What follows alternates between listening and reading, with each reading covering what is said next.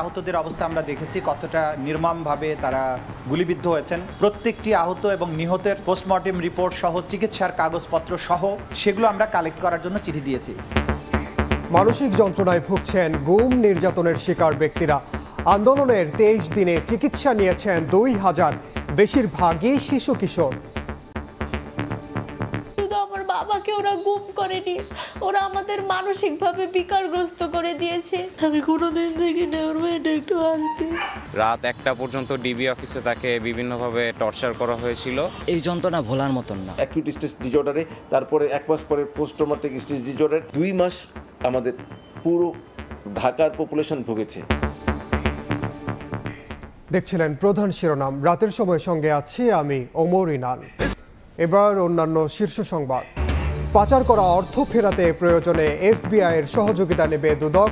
সব ধরনের সহযোগিতার আশ্বাস মার্কিন গোয়েন্দা সংস্থার প্রতিনিধির সঙ্গে বৈঠকের পর সচিব।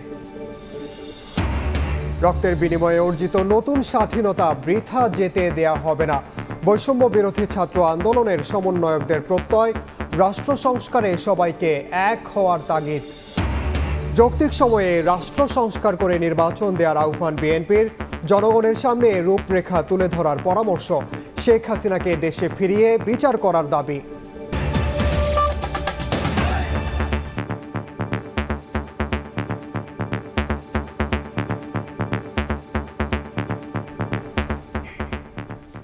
ছাত্র জনতার অভ্যুত্থানে গণহত্যার আনুষ্ঠানিক তদন্ত শুরু করল আন্তর্জাতিক অপরাধ ট্রাইব্যুনাল। জুলাইয়ে নির্বিচারে গুলিতে নিহত ও আহতদের তথ্য চেয়ে সরকারি বেসরকারি হাসপাতাল, কবরস্থান ও জেলা প্রশাসকদের কাছে চিঠি দিয়েছে আন্তর্জাতিক অপরাধ ট্রাইব্যুনালের তদন্ত সংস্থা। একথা জানিয়েছেন চিফ প্রসিকিউটর তাজুল ইসলাম। বলেন, বিদেশি আইনজীবীও নিয়োগ দিতে পারবে আসামিরা, এক্ষেত্রে প্রসিকিউশনের কোনো আপত্তি থাকবে না। দীর্ঘদিনের ঝিমিয়ে থাকা ট্রাইব্যুনাল এখন সরব। এরই মধ্যে চিফ প্রসিকিউটর নিয়োগ দিয়ে প্রসিকিউশন টিমও গঠন করা হয়েছে। শুরু হয়েছে আনুষ্ঠানিক তদন্ত। এই মুহূর্তে কিভাবে এগুচ্ছে তদন্ত কাজ তা তুলে ধরতে সোমবার ট্রাইব্যুনাল প্রাঙ্গণে সাংবাদিকদের ব্রিফ করেন নবনিযুক্ত চিফ প্রসিকিউটর। তিনি জানান, প্রাথমিক ধাপে তথ্য সংগ্রহের লক্ষ্যে জেলা প্রশাসক, সরকারি বেসরকারি হাসপাতাল, বিশ্ববিদ্যালয় এবং কবরস্থান কর্তৃপক্ষকে চিঠি দেওয়া হয়েছে। তথ্য চাওয়া হয়েছে গণমাধ্যমের কাছেও। তদন্তে ছাত্র আন্দোলনের সমন্বয়কদেরও সহায়তা চেয়েছেন চিফ প্রসিকিউটর।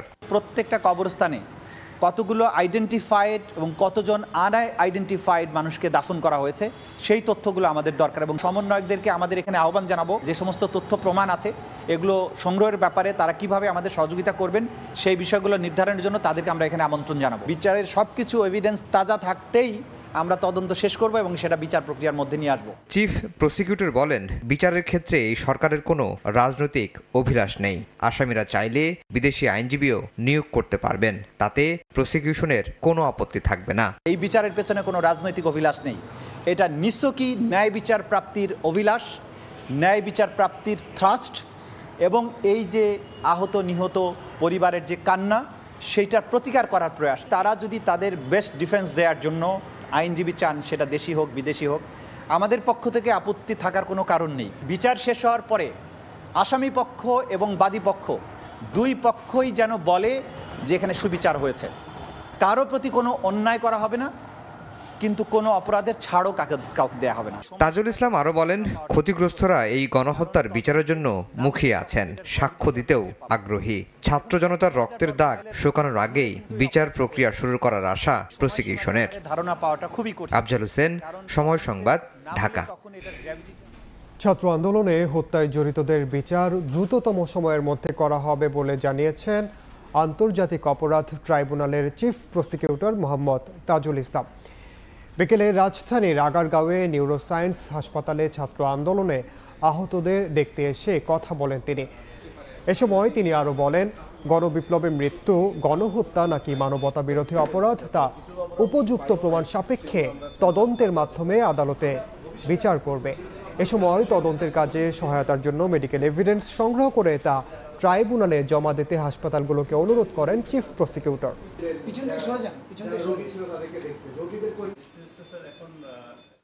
আমরা যে কাজ শুরু করেছি মাত্র, আমাদের এই প্রচেষ্টা কতদিনে আমরা শেষ করবো জানি না, তবে আমরা চাইব সম্ভাব্য দ্রুততম সময়ের মধ্যে তদন্ত কাজ শেষ করে বিচারের মুখোমুখি করা এবং একটা ন্যায় বিচার এই যে অপরাধ হয়েছে, মানুষের প্রতি যে জুলুম হয়েছে, সেই অপরাধের একটা সঠিক বিচার যাতে হয়, একজন অপরাধী যাতে পার না পায় সেটাও আমরা নিশ্চিত করার চেষ্টা। একটা বাহিনী অর্গানাইজড ওয়েতে এই ক্রাইমগুলো করেছে, আর এটা হত্যা না গণহত্যা না মানবতা বিরোধী অপরাধ সেটা আদালতে প্রমাণ হবে। বাংলাদেশের যতগুলো হসপিটাল আছে, সরকারি বেসরকারি, কম বেশি সবার কাছেই রোগী গিয়েছে, প্রত্যেকটা হসপিটালেই কিছু না কিছু এভিডেন্স আছে।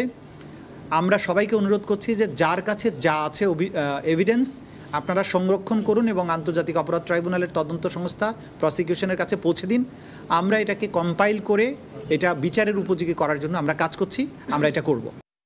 সীমান্ত হত্যা দুদেশের মধ্যে সম্পর্ক খারাপ করে বলে মন্তব্য করেছেন পররাষ্ট্র উপদেষ্টা। এদিকে রাষ্ট্রপতির দ্বৈত নাগরিকত্বের গুঞ্জনের বিষয়টি স্পর্শকাতর উল্লেখ করে তিনি বলেন, এটি যাচাইয়ের দায়িত্ব পররাষ্ট্র মন্ত্রণালয়ের নয়, তবে সংশ্লিষ্ট দপ্তর চাইলে সহযোগিতা করা হবে। শেখ হাসিনার ভারত পলায়ন, ফেনীতে আকস্মিক বন্যার পর দুই দেশের কূটনৈতিক সম্পর্ক নিয়ে চলছে নানা আলোচনা। এর মধ্যেই সপ্তাহের ব্যবধানে ভারতীয় সীমান্তরক্ষীর গুলিতে দুই কিশোর নিহতের ঘটনায় প্রতিক্রিয়া তৈরি হয়েছে নানা মহলে। পররাষ্ট্র উপদেষ্টার কাছে সোমবার সাংবাদিকদের প্রশ্ন, ঢাকা দিল্লির বর্তমান সমীকরণ কি? ভারতের সাথে যখন আপনারা বলছিলেন যে সোনালী সম্পর্ক চলছে, তখনও এক্স্যাক্টলি এই ঘটনা ঘটেছে। কাজেই এটা কোনো পরিবর্তন হয়নি। আমি তো মনে করছি এটা এক ধরনের ধারাবাহিকতা চলছে। এটা অবশ্যই অগ্রহণযোগ্য একটা বিষয়, সেটা তখনও অগ্রহণযোগ্য ছিল, এখনও অগ্রহণযোগ্য। বর্ডার কিলিং যেটা, সেটা অবশ্যই দুই দেশের ভালো সম্পর্ক সৃষ্টির ক্ষেত্রে একটা অন্তরায়। কারণ সব ভালো সম্পর্ক তো শুধু দুই দেশের সরকারের বিষয় না, মানুষের বিষয়।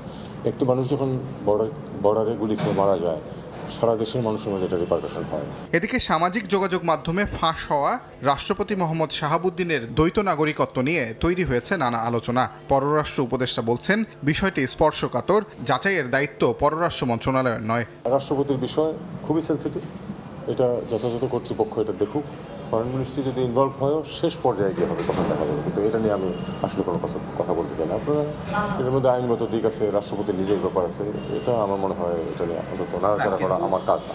এদিকে রোহিঙ্গা ইস্যুতে বছরে 20,000 করে 10 বছরে 2 লাখ রোহিঙ্গাকে যুক্তরাষ্ট্র নিতে পারে বলে জানান পররাষ্ট্র উপদেষ্টা। সবার সমর্থন প্রয়োজন হবে। তাজওয়ার মাহমিদ, সময় সংবাদ, ঢাকা।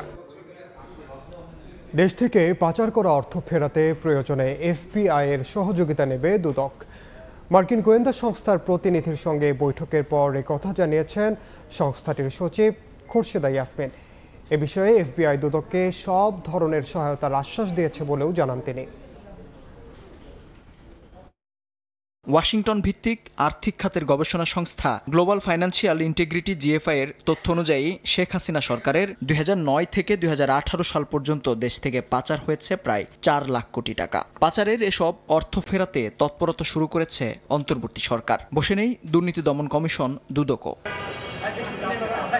অনুসন্ধান ও তদন্ত কাজ আরও নিখুঁত করতে সহায়তা নেওয়া হচ্ছে দেশি বিদেশি বিভিন্ন সংস্থার। এরই ধারাবাহিকতায় সোমবার দুপুরে দুদক কার্যালয়ে বৈঠক করল যুক্তরাষ্ট্রের federal bureau of investigation FBI প্রতিনিধি দল। দুদকের মানি লন্ডারিং ও লিগ্যাল শাখার মহাপরিচালক সহ সংশ্লিষ্ট কর্মকর্তাদের সঙ্গে বিশেষ এই বৈঠক চলে প্রায় 1.5 ঘন্টা। তবে বৈঠকের পর কোনো মন্তব্য করেনি এফবিআই প্রতিনিধি দল। পরে গণমাধ্যমের মুখোমুখি হন দুদক সচিব খোরশেদা ইয়াসমিন। বলেন, দুদকের কার্যক্রম সম্পর্কে জানানো হয়েছে এই মার্কিন সংস্থাটিকে। দেশ থেকে পাচার করা অর্থ ফেরাতে প্রয়োজনে সহায়তা নেওয়া হবে এফবিআইয়ের। এ বিষয়ে সংস্থাটি সব ধরনের সহায়তার আশ্বাস দিয়েছে বলেও জানান সচিব। কোনো ক্ষেত্রে যদি কখনো প্রয়োজন আমাদের বোধ করি যে দুর্নীতি দমন কমিশন কোনো সহযোগিতার প্রয়োজন হয় তাদের থেকে নেয়া, সেটার ক্ষেত্রে আমাদেরকে কিছু এক্সপ্লোর করার কথা বলা হয়েছে। পাচারকৃত অর্থ কিভাবে উদ্ধার করা যায়, কার্যক্রমে যদি কোনো সহযোগিতার প্রয়োজন হয়, নিশ্চয়ই দুর্নীতি দমন কমিশন সেই সহায়তা নিবে। এদিকে অর্থ উপদেষ্টা পাচারকৃত অর্থ ফেরানোর বিষয়ে টাস্ক ফোর্স হওয়ার কথা জানালেও এ বিষয়ে এখনো আনুষ্ঠানিকভাবে কোনো নির্দেশনা পাননি বলেও জানান সচিব। দেশের অর্থ যেন পাচার। মেহেদী হাসান, সময় সংবাদ, ঢাকা। রাতের সময় আরও থাকছে। সাভারে পোশাক শ্রমিকদের বিক্ষোভ, একদিনের জন্য বন্ধ করা হয় 90টি কারখানা। নিরাপত্তা জোরদার, অস্থিরতা তৈরির উস্কানির অভিযোগে ছাত্রলীগ নেতা গ্রেফতার। রক্তের বিনিময়ে অর্জিত নতুন স্বাধীনতা বৃথা যেতে দেয়া হবে না, এমন প্রত্যয় জানিয়েছেন বৈষম্য বিরোধী ছাত্র আন্দোলনের সমন্বয়করা। বিভাগ ও জেলা পর্যায়ে তারুণ্যের যাত্রায় তারা বলেছেন, শহীদ ও আহতদের পরিবারের কাছে দায়বদ্ধ সবাই। বৈষম্যহীন নতুন দেশ গড়তে সবাইকে এক হওয়ার আহ্বান সমন্বয়কদের। টেকনাফ থেকে তেতুলিয়া, পাহাড় থেকে সমতল, যে নতুন বাংলাদেশে তারুণ্যের জোয়ার জেগে উঠেছিল, সেই শক্তিতে আজও বলিয়ান ছাত্র জনতা। লাল সবুজের দেশে আর নয় ফ্যাসিজম। নতুন রাষ্ট্র মেরামতে প্রতিটি জেলার শিক্ষার্থীদের দুয়ারে ছুটে চলছেন সমন্বয়করা। গণ আন্দোলনে যাদের রক্তের বিনিময়ে নতুন স্বাধীনতা, সেই রক্ত বৃথা যেতে দেয়া যাবে না। শহীদ কিংবা আহত সব পরিবারের কাছে আন্দোলনকারীরা দায়বদ্ধ বলে জানিয়েছেন বৈষম্য বিরোধী ছাত্র আন্দোলনের সমন্বয়করা। সিরাজগঞ্জ ইসলামিয়া কলেজ মাঠে ছাত্র জনতার সমাবেশে তুলে ধরা হয় আগামীর বাংলাদেশের প্রতিচ্ছবি।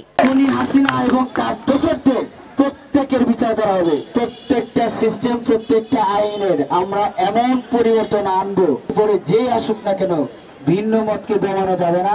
এর আগে জেলার পৌরভাষানী মিলনায়তনে বৈষম্য বিরোধী ছাত্র আন্দোলনের সময় শহীদ হওয়া শিক্ষার্থীদের পরিবার এবং আহত শিক্ষার্থীদের সঙ্গে মতবিনিময় করেন কেন্দ্রীয় সমন্বয়কের দল। সংস্কার না হওয়া পর্যন্ত অন্তর্বর্তীকালীন সরকারকে সময় দেওয়ার আহ্বান জানিয়েছেন বৈষম্য বিরোধী ছাত্র আন্দোলনের কেন্দ্রীয় সমন্বয়ক হাসনাত আব্দুল্লাহ। খাগড়াছড়ি টাউন হলে বৈষম্য বিরোধী ছাত্র ও নাগরিকদের মতবিনিময় সভায় এই কথা বলেন তিনি। এই যে আমাদের সংগ্রামটা, এই যে লড়াইটা, বাংলাদেশ পুনর্নির্মাণ, বাংলাদেশ পুনর্গঠন না হওয়া পর্যন্ত সেই লড়াই, সেই সংগ্রাম আমাদেরকে অব্যাহত রাখতে হবে। ছাত্র জনতার গণ অভ্যুত্থানে নতুন বাংলাদেশ হবে বৈষম্যহীন, কারো কোনো অন্যায় সহ্য করা হবে না জানিয়ে সব ষড়যন্ত্র মোকাবেলায় এক থাকারও আহ্বান জানানো হয় বৈষম্য বিরোধী ছাত্র আন্দোলনে সমন্বয়কদের পক্ষ থেকে। এমনকি নিজের হাতে আইন না তুলে সন্ত্রাসীদের আইন শৃঙ্খলা রক্ষা বাহিনীর কাছে সোপর্দ করারও আহ্বান জানানো হয়। বিকেলে বরিশাল শিল্পকলা একাডেমি মিলনায়তনে বিভিন্ন কলেজ শিক্ষা প্রতিষ্ঠানের ছাত্রদের সাথে মতবিনিময়ে এই কথা বলেন সমন্বয়করা। এ সময় গণ আন্দোলনে বিজয়ের পেছনে মিডিয়ার ভূমিকা নিয়েও প্রশংসা করেন সমন্বয়ক আব্দুল হান্নান মাসুদ। আমি যখন আহত হয়েছি, আমাকে ৭১ টিভি, সময় টিভি সহ সেখানকার মাঠ কর্মীরা সহ আমাকে সেখান থেকে উদ্ধার করেছে। আমি দুই জায়গায় ডিজিএফের গায়ের শিকার হয়েছি। এক জায়গা থেকে এইসব মিডিয়া গাড়িতে করে আমাকে সরিয়ে দেওয়া হয়েছে। এর আগে দুপুরে বরিশাল বিশ্ববিদ্যালয়ে জীবনানন্দ অডিটোরিয়ামে মতবিনিময় করা হয়। এ সময় তারা জানান, ফ্যাসিবাদী সরকার পালালেও তার সহযোগীরা এখনো আছে, তাই রাষ্ট্র পুনর্গঠনে সবাইকে ঐক্যবদ্ধ হয়ে কাজ করার তাগিদ দেওয়া হয়। নতুন বাংলাদেশ বিনির্মাণে জনসাধারণের মতামতকে প্রাধান্য দেওয়া হচ্ছে বলে জানান গাইবান্ধার সংবাদ সম্মেলনে তরুণ নেতারা। এছাড়াও জেলার স্বাধীনতা চত্বরে ছাত্র জনতার মুখোমুখি হয়ে বিভিন্ন দিক নির্দেশনা দেওয়া হয়। সুনামগঞ্জেও বৈষম্য বিরোধী ছাত্র আন্দোলনের সঙ্গে কেন্দ্রীয় কমিটির মতবিনিময় সভা অনুষ্ঠিত হয়। নতুন রাষ্ট্রে চক্রান্তকারীদের ঠাঁই হবে না বলে হুঁশিয়ারি দেওয়া হয়। কনক আজাদ, সময় সংবাদ। যৌক্তিক সময়ে সংস্কার করে নির্বাচন দিতে আবারও অন্তর্বর্তী সরকারের প্রতি আহ্বান জানিয়েছেন বিএনপি মহাসচিব মির্জা ফখরুল ইসলাম আলমগীর। তিনি বলেন, বর্তমান সরকারের উচিত সংস্কারের রূপরেখা জনগণের সামনে প্রকাশ করা। ভারত এই অঞ্চলে প্রভুত্ব চায় বলেও অভিযোগ করেন বিএনপি মহাসচিব। ৩৬তম প্রতিষ্ঠাবার্ষিকী উপলক্ষে সোমবার সকালে বিএনপি প্রতিষ্ঠাতা জিয়াউর রহমানের সমাধিতে শ্রদ্ধা জানাতে আসেন মহিলা দলের নেতাকর্মীরা। এ সময় স্থায়ী কমিটির সদস্য ডক্টর এজেড জাহিদ হোসেন ও সিনিয়র নেতাদের সঙ্গে নিয়ে বিএনপির প্রতিষ্ঠাতা জিয়াউর রহমানের সমাধিতে ফুল দিয়ে শ্রদ্ধা জানান দলের মহাসচিব মির্জা ফখরুল ইসলাম আলমগীর। যৌক্তিক সময়ের মধ্যে রাষ্ট্র সংস্কার শেষ করে ত্রয়োদশ জাতীয় সংসদ নির্বাচন দিতে অন্তর্বর্তী সরকারের প্রতি আহ্বান জানান তিনি। সংস্কারগুলো ঘোষণা করে যেটা তারা করতে চান সেগুলো জনগণের সামনে তুলে ধরা এবং সেটার সময় নির্ধারণ করা, যাতে করে সুনির্দিষ্ট একটা যৌক্তিক সময়ের মধ্যে নির্বাচন হতে পারে। বাংলাদেশ সহ এই অঞ্চলে ভারত প্রভুত্ব কায়েম করতে চায় বলেও অভিযোগ করেন বিএনপি মহাসচিব। শুধু বাংলাদেশ নয়, পার্শ্ববর্তী দেশগুলোর সঙ্গেও ভারত সবসময় একটা প্রভুত্ব একটা রাজনীতি তারা এই দেশগুলোর সঙ্গে পার্শ্ববর্তী দেশগুলোর সঙ্গে করেছে। এদিকে বিকেলে দলটির লিয়াজো কমিটির বৈঠক শেষে বিএনপির স্থায়ী কমিটির সদস্য আমির খসরু মাহমুদ চৌধুরী বলেন, মৌলিক সংস্কারের মাধ্যমে নির্বাচন প্রক্রিয়ায় এগোতে হবে। যত দ্রুত সম্ভব ফিরিয়ে আনতে হবে গণতান্ত্রিক ব্যবস্থা। মৌলিক যে সংস্কারের মাধ্যমে প্রতিষ্ঠানগুলোকে তার সঠিক জায়গায় নিয়ে যাওয়ার জন্য আমরা সরকারকে সার্বিক সহযোগিতা করছি। সুতরাং যত তাড়াতাড়ি সম্ভব আমরা সবগুলো সংস্কার, এই মৌলিক সংস্কারগুলো সাধন করে আমাদের নির্বাচনী প্রক্রিয়ার মাধ্যমে আগামী দিনে মানুষ যে কারণে ভোট দেওয়ার জন্য জীবন দিয়েছে, প্রাণ দিয়েছে, যে আমরা নির্বাচনের প্রক্রিয়ার দিকে এগিয়ে যেতে পারবো বলে আমরা বিশ্বাস করি। বাংলাদেশের সঙ্গে সব দেশের সরকার প্রধানের সুসম্পর্ক বজায় রাখতে হবে বলেও জানান বিএনপি নেতাকর্মীরা। এটা নতুন কিছু না, রাষ্ট্র সংস্কার মেরামতের বিষয়টা। আয়েশা সিদ্দিক, সামিয়া, সময় সংবাদ, ঢাকা। বিগত নির্বাচনে অনেক ক্ষেত্রে নিয়ম নীতি মানা হয়নি মন্তব্য করে সমাজ কল্যাণ উপদেষ্টা শারমিন এস মুর্শিদ বলেছেন, অন্তর্বর্তী সরকারকে একটি নির্ভুল নির্বাচন পরিচালনার জন্য সংস্কারের প্রয়োজন। বিকেলে সচিবালয়ে সাংবাদিকদের তিনি একথা বলেন। সমাজ কল্যাণ মন্ত্রণালয়ের কার্যক্রমকে মনিটরিংয়ের আওতায় এনে আর্থিক স্বচ্ছতা নিশ্চিত করা হবে বলেও জানান তিনি। সমাজ যদি মনে করে প্রয়োজন নেই তাহলে আমরা চলে যাব, কিন্তু মাথায় রাখতে হবে যে আমাদের একটা পরিবেশে পৌঁছাতে হবে, যে পরিবেশের ভেতর দিয়ে আমাদের তো একটা অঙ্গীকার আছে, একটি নির্ভুল একটি নির্বাচন উপহার দেওয়া। তার জন্য সংস্কার অবশ্যই দরকার। আমার ভোটার রোল রিভিজিট করতে হবে। ভোটার রোলের অবস্থা খুবই খারাপ হয়ে গেছে, আমার কোড অফ কন্ডাক্ট খুবই খারাপ হয়ে গেছে। রাজনৈতিক দলগুলোকে শুধরতে হবে, তাদেরকে গণতন্ত্র প্রতিষ্ঠিত করতে হবে তাদের নিজেদের কাঠামোর ভেতরে। এখন শুধু যদি অর্থের শক্তি আর পেশির শক্তি দিয়ে নির্বাচন হতে হয় তাহলে তো আমরা চলে গেলাম, ফিরে গেলাম তো সেই আগের জায়গায়। অন্তর্বর্তী সরকারের প্রধান উপদেষ্টা ডক্টর মোহাম্মদ ইউনূসের সঙ্গে সৌজন্য সাক্ষাৎ করেছেন বাংলাদেশে নিযুক্ত ভ্যাটিকানের রাষ্ট্রদূত কেভিন এস র্যান্ডেল। সোমবার রাষ্ট্রীয় অতিথি ভবন যমুনায় সৌজন্য সাক্ষাতের পর গণমাধ্যমে ব্রিফ করে প্রধান উপদেষ্টার প্রেস উইং। প্রধান উপদেষ্টা ও ভ্যাটিকানের রাষ্ট্রদূত বাংলাদেশের ধর্মীয় সংখ্যালঘু, আন্তঃধর্মীয় সংলাপ, রোহিঙ্গাদের মানবিক সহায়তা এবং জাতিসংঘের সাধারণ পরিষদের আসন্ন অধিবেশনের বিষয়ে আলোচনা করেন। ভ্যাটিকান সিটির আন্তঃধর্মীয় সংলাপ বিভাগের প্রতিনিধি দল এবং বাংলাদেশের ইসলামী স্কলারদের মধ্যে সংলাপ আয়োজনের প্রস্তাব দেন ভ্যাটিকান রাষ্ট্রদূত। অন্তর্বর্তী সরকার রাষ্ট্রের গুরুত্বপূর্ণ সংস্কার করছে উল্লেখ করে ডক্টর ইউনূস রোহিঙ্গাদের মানবিক সহায়তার জন্য ভ্যাটিকানের সহায়তা কামনা করেন। দাবি মেনে না নেয় সাভারে বিক্ষোভ করেছেন পোশাক শ্রমিকরা। পরিস্থিতি নিয়ন্ত্রণে 90টি পোশাক কারখানা বন্ধ ঘোষণা করেছে কর্তৃপক্ষ। পুলিশ জানায় সকালে ডিএপিজেডের পুরাতন জোনের প্রধান ফটকের সামনে অবস্থান নিয়ে বিক্ষোভ করেন লেনি ফ্যাশন পোশাক কারখানার সাবেক শ্রমিকরা।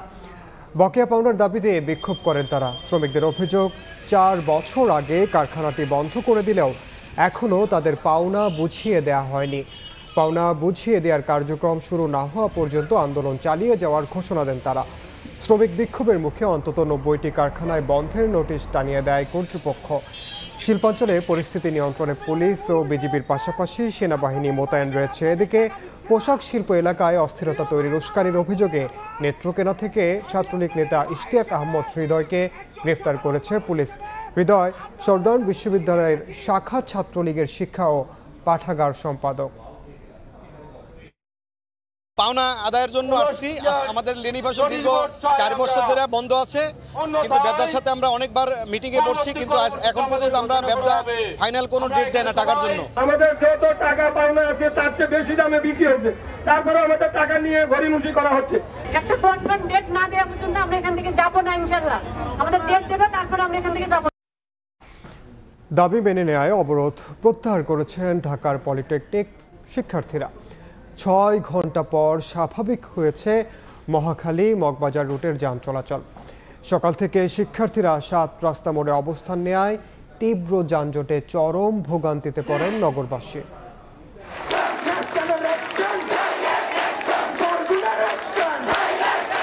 দেশের পলিটেকনিক ইনস্টিটিউটগুলোতে টেকনিক্যাল জনবল নিয়োগ, সরকারি প্রতিষ্ঠানে উচ্চশিক্ষা গ্রহণের সুযোগ সৃষ্টি ও একাডেমিক সংস্কার সহ 6 দফা দাবিতে তেজগাঁও 7 রাস্তা অবরোধ করে কয়েকটি পলিটেকনিক ইনস্টিটিউটের শিক্ষার্থীরা। সোমবার সকাল 11টা থেকে ব্যানার ফেস্টুন হাতে শিল্পাঞ্চল এলাকায় অবস্থান নেন তারা। বলেন, পলিটেকনিক শিক্ষা ব্যবস্থা সংস্কারের জন্যই তাদের আন্দোলন। বিতর্কিত নিয়োগপ্রাপ্ত সকল ক্রাফট ইন্সট্রাক্টরদেরকে কারিগরি অধিদপ্তর ও সকল প্রতিষ্ঠান থেকে দ্রুত স্থানান্তর করতে হবে। যে কারিকুলামটা আছে সেই কারিকুলামটা আধুনিকতা ছোঁয়া আনতে হবে, নন টেকনিক্যাল ব্যক্তি হটাতে হবে। এ সময় মহাখালী মগবাজার রুটের 2 মাথায় বাঁশ দিয়ে ব্যারিকেড দেন শিক্ষার্থীরা। এতে বন্ধ হয়ে যায় ব্যস্ত এই সড়কের যান চলাচল। বিভিন্ন সড়কে তৈরি হয় যানজট, ভোগান্তিতে পড়েন সাধারণ মানুষ। 1 ঘন্টা ধরে এখানেই বসে আছি, মালটা ডেলিভারি দিতে হবে, আমার খুব আর্জেন্ট। রেলগেট থেকে পৌঁছাইছি, এটুকু 2.5 ঘন্টা আর যাই দিয়ে পারি না পুরো ব্লক। প্রচন্ড গরমের মধ্যে মানে অস্বস্তিকর বোধ করতেছে। সন্ধ্যা 6টার দিকে শিক্ষার্থীদের সঙ্গে দেখা করতে আসেন শিক্ষা মন্ত্রণালয়ের মাদ্রাসা ও কারিগরি বিভাগের সচিব। এ সময় তিনি শিক্ষার্থীদের 6 দফা দাবি মেনে নেওয়ার আশ্বাস দিয়ে ক্লাসে ফেরার অনুরোধ জানান। আমি অনুরোধ করব সবাইকে ক্লাসে ফিরে যাওয়ার জন্য আগামীকালকে থেকে, যেহেতু আমরা সব দাবিগুলোই মেনে নিয়েছি এবং রাস্তাটাকে ফিরে যাওয়ার জন্য। এই আশ্বাসের পরিপ্রেক্ষিতে সড়ক থেকে সরে যায় শিক্ষার্থীরা। টানা 6 ঘন্টা পর স্বাভাবিক হয় যান চলাচল। নাজমুস্তালেহি, সময় সংবাদ, ঢাকা। রাতের সময় আরও থাকছে। মুন্সিগঞ্জের আরিয়ল বিলে আর ব্রেজার ঢোকানো যাবে না, পরিদর্শনে গিয়ে নির্দেশ 2 উপদেষ্টার। অবৈধ আবাসন ব্যবস্থা বন্ধেও ব্যবস্থা নেয়ার হুঁশিয়ারি। ভিসাসহ পাসপোর্ট দ্রুত ফেরত পাওয়ার দাবিতে গুলশানে গণ অবস্থান কর্মসূচি পালন করেছেন ইতালি গমনোচ্ছুরা।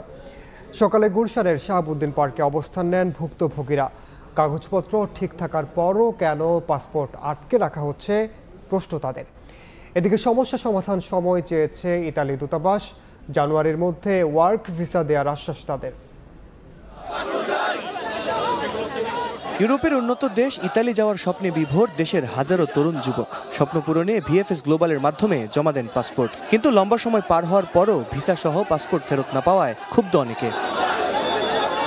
সোমবার দ্রুত ভিসা সহ পাসপোর্ট ফেরত পাওয়ার দাবিতে গুলশানে গণ অবস্থান কর্মসূচি পালন করেন ভুক্তভোগীরা। ভিসা জমা করি ইতালি এম্বাসিতে ভিএফএস গ্লোবালসের মাধ্যমে, কিন্তু আজকে 1.5 বছর যাবত আমাদের পাসপোর্ট ফেরত দিচ্ছে না, ভিসাও দিচ্ছে না। 5 মাস চলতেছে, এখনো আমার কোনো খবর দিচ্ছে না। আমি আমার ফ্যামিলি লিয়া খুবই অসহায়ের মধ্যে আছে। আমাদেরকে ভিসা সহ পাসপোর্ট দেন, আমরা এদেশে রেমিটেন্স পাঠাতে চাই। ওয়ার্ক পারমিট থেকে শুরু করে ডকুমেন্টস ঠিক থাকার পরেও কেন ভিসা দেওয়া হচ্ছে না প্রশ্ন তাদের। এই 10 মাস ওয়েট করা, কারণ আমি জব ছেড়ে বা একটা আশা নিয়ে বসে আছি, বাট কোনো কাজ হচ্ছে না। পাসপোর্ট কেন আটকা রাখবে একটা এম্বাসি?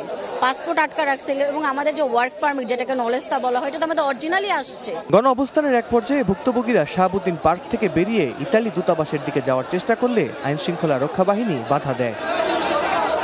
পরে ভুক্তভোগীদের একটি দল ইতালি দূতাবাস থেকে ফিরে জানান, ওয়ার্ক ভিসা ছাড়া বিএফএস গ্লোবাল কোনো ভিসা আবেদন জমা নেবে না। সমস্যার সমাধানে সময় চেয়েছে ইতালি দূতাবাস। জানুয়ারি মাসের কথা উল্লেখ করে বলে দেওয়ার পরে তারা বলেছে 3টা গ্লোবালে আমরা আপ্রাণ বেস্ট চেষ্টা করব, কথা দিলাম। 3টা ঢাকা, চিটাগাং এন্ড সিলেট মিলে আপনাদের শুধু ওয়ার্ক ভিসা 100টা ডেলিভারি দিব। বাংলাদেশ প্রবাসী উন্নয়ন সমিতি বলছে, ইতালি গমনেচ্ছু লক্ষাধিক বাংলাদেশি নাগরিকের পাসপোর্ট আটকে আছে দেশটির দূতাবাসে। আবেদনের 1 বছর বা তার বেশি সময় পরেও ভিসা না পাওয়ায় তারা দেশে কোনো কাজ করতে পারছেন না। তাই বিষয়টি দ্রুত সমাধানে অন্তর্বর্তী সরকার প্রধানের দৃষ্টি আকর্ষণ করেন তারা। আল কাসির, সময় সংবাদ, ঢাকা। রংপুরে হিমাগার মালিকদের অতিরিক্ত ভাড়া আদায়ের প্রতিবাদে রংপুর ঢাকা মহাসড়ক অবরোধ করে বিক্ষোভ ও সমাবেশ করেছেন আলু চাষি ও ব্যবসায়ীরা। তাদের অভিযোগ, কোনো আলোচনা ছাড়াই বস্তা প্রতি 120 টাকা পর্যন্ত ভাড়া বাড়ানো হয়েছে। সম্প্রতি কারোর সঙ্গে আলোচনা না করে হিমাগারে আলু সংরক্ষণের ভাড়া বাড়ানো হয় রংপুরে। হিমাগার মালিকদের এমন সিদ্ধান্তে ক্ষুব্ধ আলু চাষি ও ব্যবসায়ীরা। এরই প্রতিবাদে সোমবার দুপুরে রংপুরের মিঠাপুকুর উপজেলার বৈরাগীগঞ্জে রংপুর ঢাকা মহাসড়ক অবরোধ করে বিক্ষোভ করেন তারা। এ সময় বক্তারা অভিযোগ করেন, চলতি বছর সিন্ডিকেট করে হিমাগারগুলোতে আলুর বস্তা প্রতি 120 টাকা পর্যন্ত ভাড়া বাড়ানো হয়েছে, যার বড় প্রভাব পড়েছে ভোক্তা ও কৃষকদের উপর। কৃষকেরা আবাদ করলাম মাঠে, ওই যে খামে বউ ছয় না খেয়ে আমরা মাঠে থাকলাম, কিন্তু এরা ঘরে ফ্যানের মধ্যে বসিয়া ভাড়া নিয়ন্ত্রণ করে। ভাই, যে পরিশ্রম করে কৃষি উৎপাদন করছে দেশবাসীর জন্য, সে দেশবাসীরা ন্যায্য মূল্য পাচ্ছে না, তারা খাইতে পারতেছে না। মালিককে অনুরোধ করতেছি তারা যেন আমাদের স্টোর ভাড়া কমিয়ে দেয়, 380 টাকার বদলে 280 টাকা করে। শিগগিরই ভাড়া না কমালে আগামীতে কঠোর আন্দোলনের হুঁশিয়ারি দেন তারা। আমরা শান্তিপূর্ণভাবে এদের সঙ্গে অনেক আলোচনা করছি, রেজাল্ট 0। এর বাধ্য হয়ে আমরা আজকে কৃষক জনতা, সব ব্যবসায়ী সবাই মিলে আমরা আজকে রাজপথে নামছি। মানতে আমাদেরকে মাস রোডের মধ্যে থাকতে হয়, আমরা রোডেই থাকবো, আমাদের দাবি আমরা আদায় করে থাকবো ইনশাআল্লাহ। এ বিষয়ে উপজেলা প্রশাসন ব্যবস্থা নেওয়ার আশ্বাস দিলে 3 ঘন্টা পর মহাসড়ক ছেড়ে দেন তারা।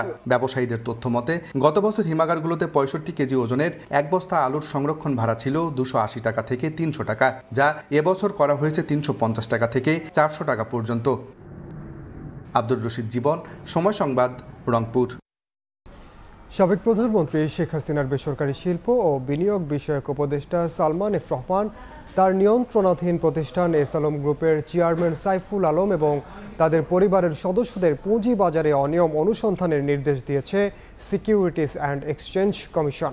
সোমবার 4 সদস্যের অনুসন্ধান কমিটি গঠন করেছে সংস্থাটি। আদেশে বলা হয়, একটি জাতীয় পত্রিকায় অভিযুক্ত 2 শীর্ষ ব্যবসায়ী, তাদের পরিবার ও নিয়ন্ত্রণাধীন প্রতিষ্ঠানের বিরুদ্ধে অনিয়ম সংক্রান্ত প্রকাশিত প্রতিবেদনের পরিপ্রেক্ষিতে কমিটি গঠন করা হয়েছে। কমিটিকে আগামী 60 কর্মদিবসের মধ্যে প্রতিবেদন দাখিল করতে বলা হয়েছে।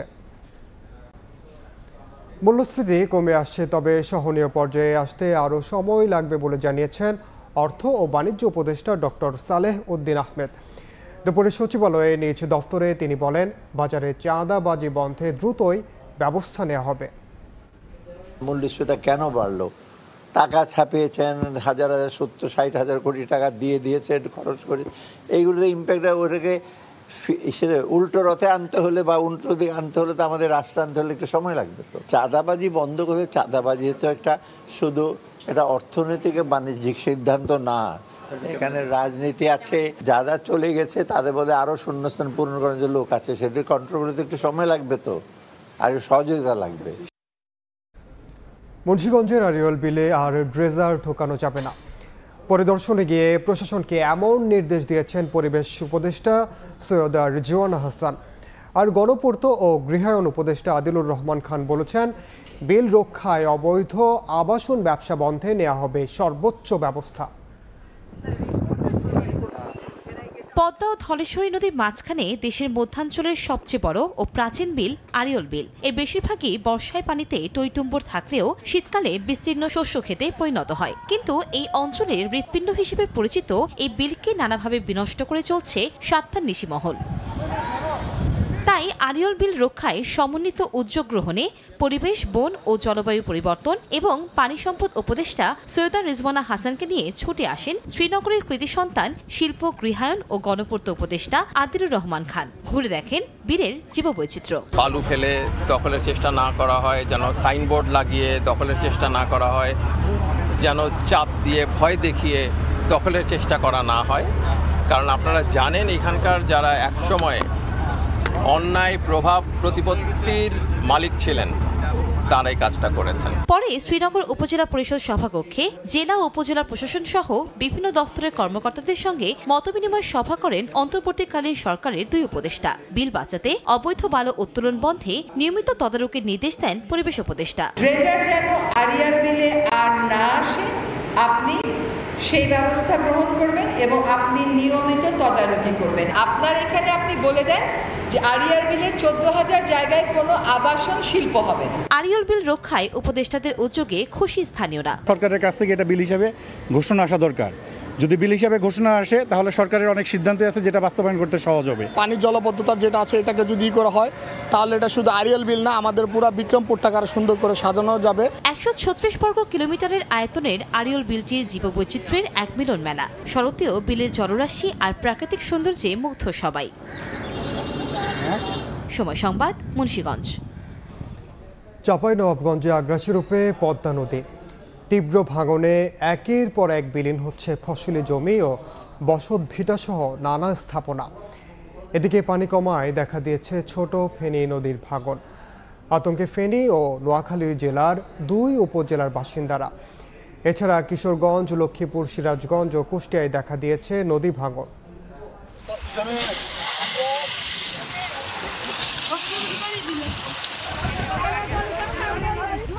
ভেঙে পড়ছে নদীর তীর। চোখের পলকে নদীগর্ভে বিলীন হচ্ছে ফসলি জমি, বসতবাড়ি ও বিভিন্ন স্থাপনা। আতঙ্কে দিন কাটছে নদীপাড়ের বাসিন্দাদের।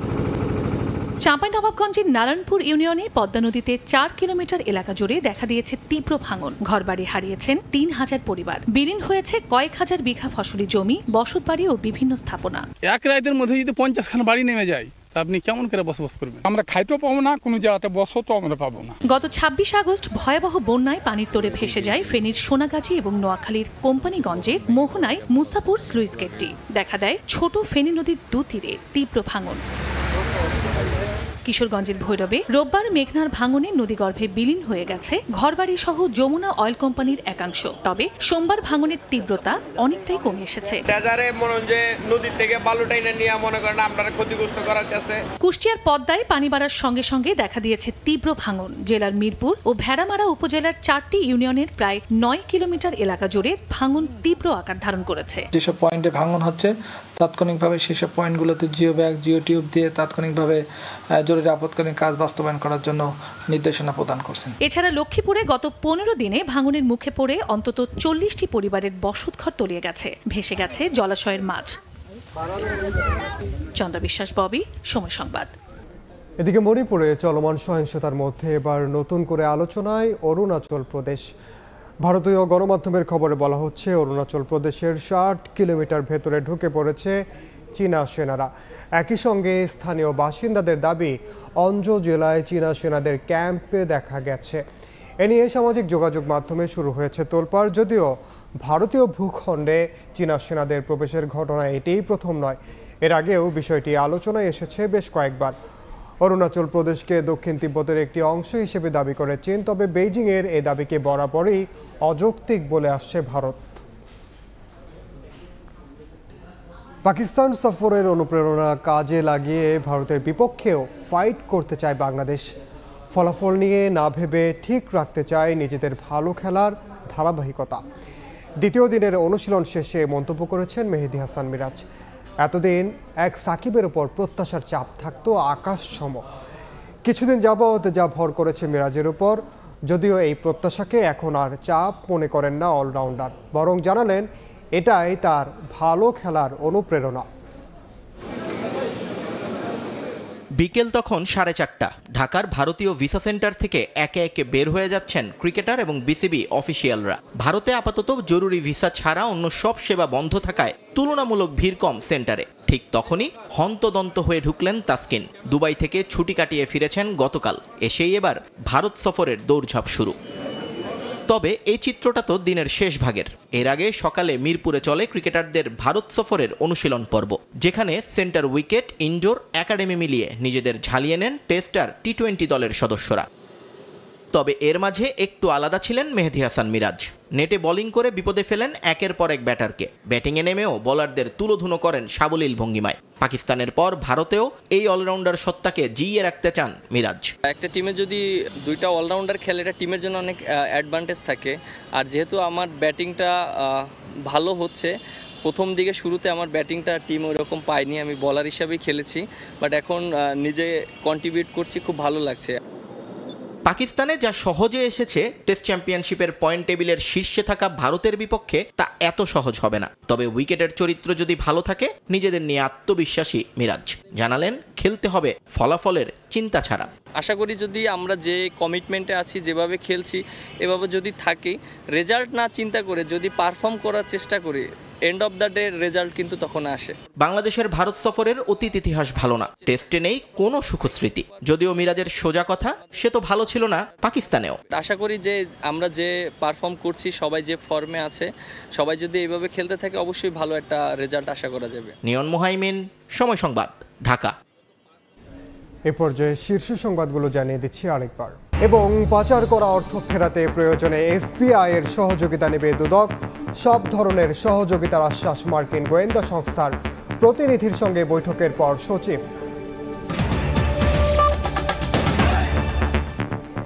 এই ছিল রাতের সময়ে, সঙ্গে থাকুন সময়ে।